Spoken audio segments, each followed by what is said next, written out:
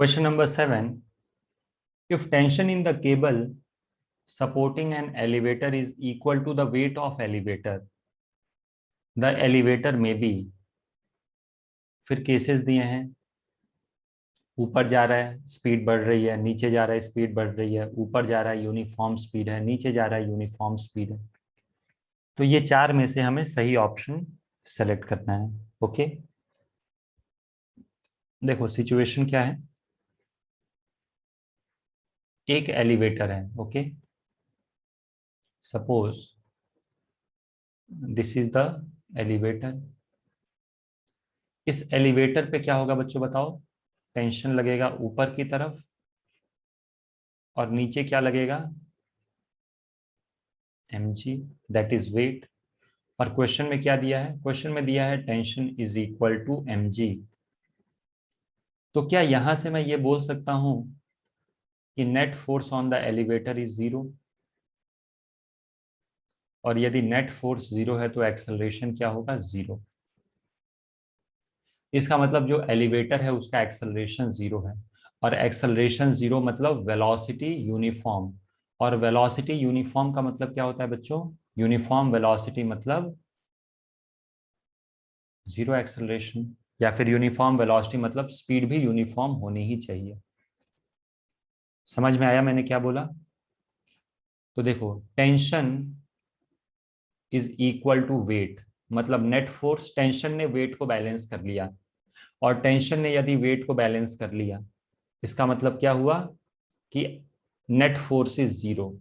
इसका मतलब acceleration is zero. Acceleration zero मतलब वेलोसिटी कांस्टेंट, और यदि वेलोसिटी कांस्टेंट है तो स्पीड इंक्रीज नहीं हो सकती, यहां भी स्पीड इंक्रीज नहीं हो सकती क्योंकि वेलोसिटी कांस्टेंट है। क्या स्पीड यूनिफॉर्म हो सकता है? Yes. So these are the two possible option. Okay, question number 8. A particle is observed from two frames S1 and S2. The frame S2 moves with respect to S1 with an acceleration a. S1 frame जो sorry the S2 frame का जो acceleration है with respect to S1, ये क्या है? This is equal to a vector. Correct. If F1 and F2 be the pseudo forces on the particle when seen from S1 and S2 respectively, which of the following are not possible? तो ये भी बहुत ही अच्छा एक question है। इस question को भी हम लोग वेक्टर अप्रोच से करेंगे। ओके, देखो हमारे पास दो रेफरेंस फ्रेम है बच्चों। This is reference frame 1 and this is reference frame 2। क्या हमें इन दोनों रेफरेंस फ्रेम का एक्सेलरेशन पता है? तो आंसर है नहीं। इन दोनों रेफरेंस फ्रेम का एक्सेलरेशन कहीं भी हो सकता है, इधर इधर डायरेक्शन कहीं भी हो सकता है। ओके, लेकिन क्या दिया है क्वेश्चन में? Acceleration of S2, let us say कि this is S2 reference frame and this is S1 reference frame। S2 और क्या बोल रहे हैं? S1। ओके, तो जब आपने S2 को देखा किसके फ्रेम से? S1 के फ्रेम से, तो एक्सेलरेशन कितना आया बच्चों? A के इक्वल। आप इसको A n कैप लिख सकते हो क्योंकि हम लोग वेक्टर अप्रोच लिख रहे हैं ना। तो क्वेश्चन में तो सिर्फ मैग्नीट्यूड दिया है, तो मैं क्या कर रहा हूं, इसके साथ एक डायरेक्शन एसोसिएट करने के लिए एक यूनिट वेक्टर लगा लेता हूं। आई कैप, जे कैप, के कैप, कुछ भी आप अज्यूम कर सकते हो, किसी कुछ भी। तो मैंने एक कोई general n cap vector assume कर लिया, बस ये दिखाने के लिए कि ये एक वेक्टर क्वांटिटी है। करेक्ट। इसका मतलब क्या है कि एक्सेलरेशन ऑफ S2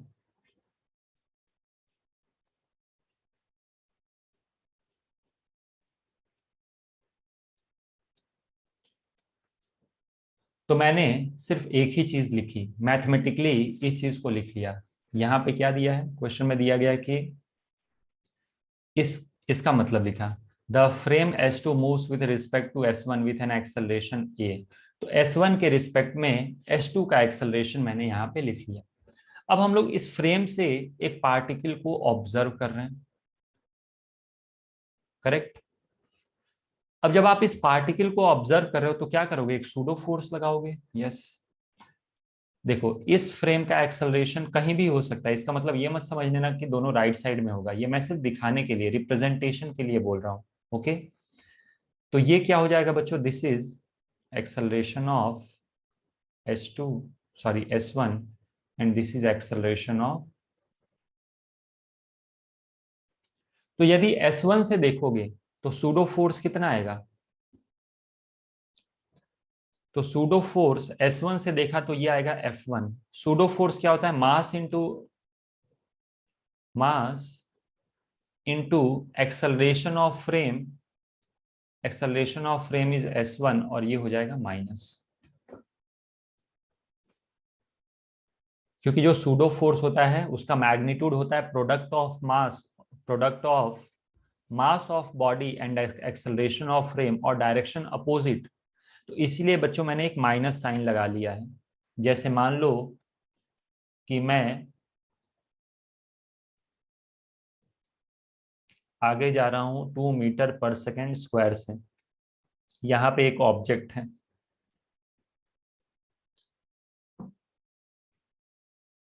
ओके, क्या मेरी बात समझ में आ रही है।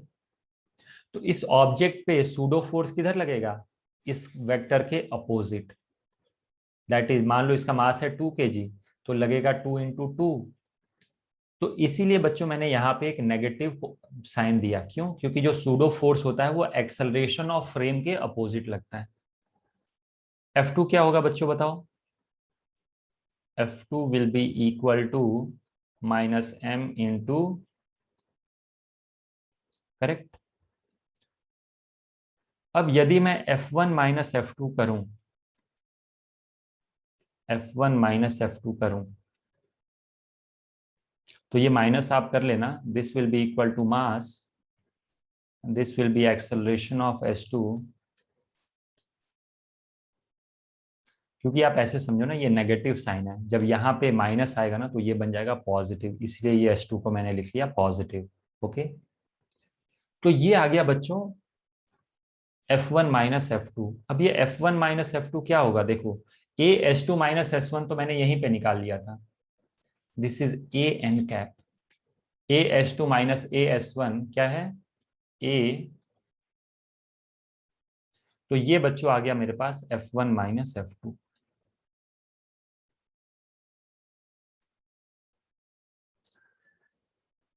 अब यहां से अब आपको क्वेश्चन सॉल्व करना है। देखो ये विजुअलाइजेशन, जैसे काइनेमेटिक्स में भी मैंने एक क्वेश्चन कराया था, मैंने वहां बताया था कि उसको आप विजुअलाइज करके नहीं कर सकते, वेक्टर अप्रोच लेना पड़ेगा। ओके, तेज दिमाग चल रहा है तो इसको विजुअलाइज कर सकते हो। ओके, लेकिन ये लगा लिया मैंने वेक्टर अप्रोच। तो देखो क्वेश्चन में पूछ रहा है कि विच इज नॉट पॉसिबल, अब देखो कि क्या पॉसिबल नहीं है। देखो F1 - F2 की वैल्यू कुछ आ रही है जो कि नॉन जीरो है, करेक्ट। F1 - F2 की वैल्यू कुछ ना कुछ आनी चाहिए, मतलब जीरो ये नहीं आ सकता। क्या मेरी बात समझ में आ रही है, बोलो। F1 - F2 है ना जो बच्चों, ये जीरो नहीं हो सकता, जीरो के अलावा ये कुछ भी हो सकता है। इसका मतलब यहां पे पढ़ो, which of the following are not possible, कौन सा पॉसिबल नहीं है, तो आप डी ऑप्शन को देखो। डी ऑप्शन में बोल रहा है F1 जीरो है और F2 जीरो है, तो जब आप जीरो माइनस जीरो करोगे तो क्या ये जीरो आ जाएगा, यस। लेकिन क्या F1 - F2 जीरो हो सकता है, नहीं, this will be equal to MA, और A तो जीरो नहीं है, क्वेश्चन में A तो दे ही रखा है ना। क्या मेरी बात समझ में आ रही है, बोलो। देखो आप ये कितना है इस पे कमेंट नहीं कर सकते, ये कितना है इस पे कमेंट नहीं कर सकते, ये जीरो हो सकता है, ये नॉन जीरो हो सकता है, दोनों नॉन जीरो हो सकते हैं। जैसे अगर जो मैं आपको एक एग्जांपल से समझाऊं तो मान लो AS2 है या फिर AS2 2i का है, तो बहुत कुछ हो सकता है, जैसे ये जीरो हो जाए और ये -2 हो जाए, करेक्ट। ये 2 हो जाए, ये जीरो हो जाए, करेक्ट। ये 4 हो जाए, ये 2 हो जाए, मेरी बात समझ में आ रही है मैं क्या बोल रहा हूँ? ये -4 हो जाए, ये -6 हो जाए, लेकिन क्या नहीं हो सकता, ये नहीं हो सकता कि ये भी 0 हो जाए और ये भी 0 हो जाए। करेक्ट, यही पॉसिबिलिटी एग्जिस्ट नहीं करती। समझ में आया मैं क्या बोल रहा हूँ? इसका मतलब ये डी ऑप्शन सही नहीं हो सकता। क्यों? क्योंकि अगर जो F1 भी 0 हो गया और F2 भी 0 हो गया, इसका मतलब A 0 आ जाएगा, जबकि ऐसा नहीं है। क्वेश्चन में बोला है कि A नॉन जीरो है, क्योंकि इनके बीच में रिलेटिव एक्सेलरेशन है। एक फ्रेम दूसरे के रिस्पेक्ट में एक्सेलरेटेड है और उसका एक्सेलरेशन कितना दिया है? A दिया है। A दिया है मतलब ये ऑब्वियस सी बात है, नॉन जीरो है। करेक्ट। बाकी सारी पॉसिबिलिटी एग्जिस्ट करती हैं। बस क्या कंडीशन सेटिस्फाई होना चाहिए? फोर्सेस का कोई भी कॉम्बिनेशन ले लो सच दैट उनको सब्ट्रैक्ट करो तो कुछ वैल्यू आनी चाहिए। लेकिन डी ऑप्शन में जब आप सब्ट्रैक्ट करोगे, F1 माइनस F2 करोगे, तो बच्चों ये आ जाएगा 0। देयरफॉर डी ऑप्शन पॉसिबल नहीं है, इसीलिए ये ऑप्शन क्या हो गया? ये ऑप्शन हो गया गलत। Okay, next question number 9। A person says that he measured the acceleration of a particle to be non-zero. एक पर्सन ने क्या कहा कि उसने एक्सेलरेशन ऑफ अ पार्टिकल को मेजर किया और acceleration of the particle is non zero while no force was acting on the particle. उस पार्टिकल पे कोई फोर्स नहीं लग रहा है, फिर भी acceleration of the particle is non zero. अच्छा, जब भी नो फोर्स बोल रहा है मतलब ये रियल फोर्सेस की बात कर रहा है। आपको जैसे जैसे एक्सपीरियंस होगा आपको लैंग्वेज समझ में आने लगेगा। कुछ बच्चों को समझ में आ जाता है, कुछ बच्चे होते हैं जिनको समझ में नहीं आता है कि कौन से फोर्स की बात कर रहा है सर ये। लेकिन एग्जाम में टेंशन मत लो, एग्जाम में सब कुछ लिख के देगा, कंफ्यूजन का कोई स्कोप होता ही नहीं है। ओके,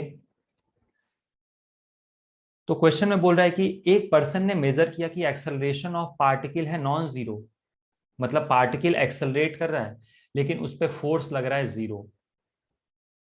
ओके, तो ऑप्शन दिया है, पहला ऑप्शन दिया है कि ये झूठ बोल रहा है, दूसरा ऑप्शन दिया है कि इसकी घड़ी खराब है, तीसरा ऑप्शन दिया है कि ये गलत मीटर स्केल यूज कर रहा है। डी ऑप्शन क्या है? He might have used a non inertial frame. तो एक ही ऑप्शन देख के सही लगता है, डी ऑप्शन। देखो, अगर जो मान लो एक पार्टिकल है और इस पे नेट फोर्स 0 लग रहा है, तो क्या इसका एक्सेलरेशन 0 होगा? कब? जब आप ग्राउंड से देखोगे। जब आप ग्राउंड से देखोगे तो इस पे क्या होगा? नेट फोर्स 0 होगा। Correct. Object seen from ground, आप लिख लोगे ना कि हम लोग ऑब्जेक्ट को कहां से देख रहे हैं। देखो, ये पर्सन यहाँ पे खड़ा है और ये इस ऑब्जेक्ट को देख रहा है। लेकिन अगर जो यही मैं करूं, this is the object, this is the object, इस पे फोर्स कितना लग रहा है? 0, तो एक्सेलरेशन कितना होगा? 0। लेकिन आप क्या कर रहे हो? आप इसको एक कार से बैठ के देख रहे हो। ओके, आप कार चला रहे हो, कार का एक्सेलरेशन कितना है? कार का एक्सेलरेशन है 2 मीटर पर सेकेंड स्क्वायर। तो acceleration of car is 2 i cap. Acceleration of, इसको बोल दो object, acceleration of object is 0। Acceleration of a not मत पढ़ना, this is acceleration of object. तो acceleration of object with respect to car is equal to acceleration of object minus acceleration of car, this is -2 i cap. समझ में आ गया? इसका मतलब जब आप एक नॉन इनर्शियल फ्रेम से देखोगे तो ये पार्टिकल जिसका एक्सेलरेशन 0 है, नॉन इनर्शियल फ्रेम से देखते ही ये क्या नजर आएगा? एक्सेलरेशन इसका नॉन जीरो नजर आएगा। समझ में आ गया? तो एक ही पॉसिबिलिटी है कि he might have used a non inertial frame. Okay,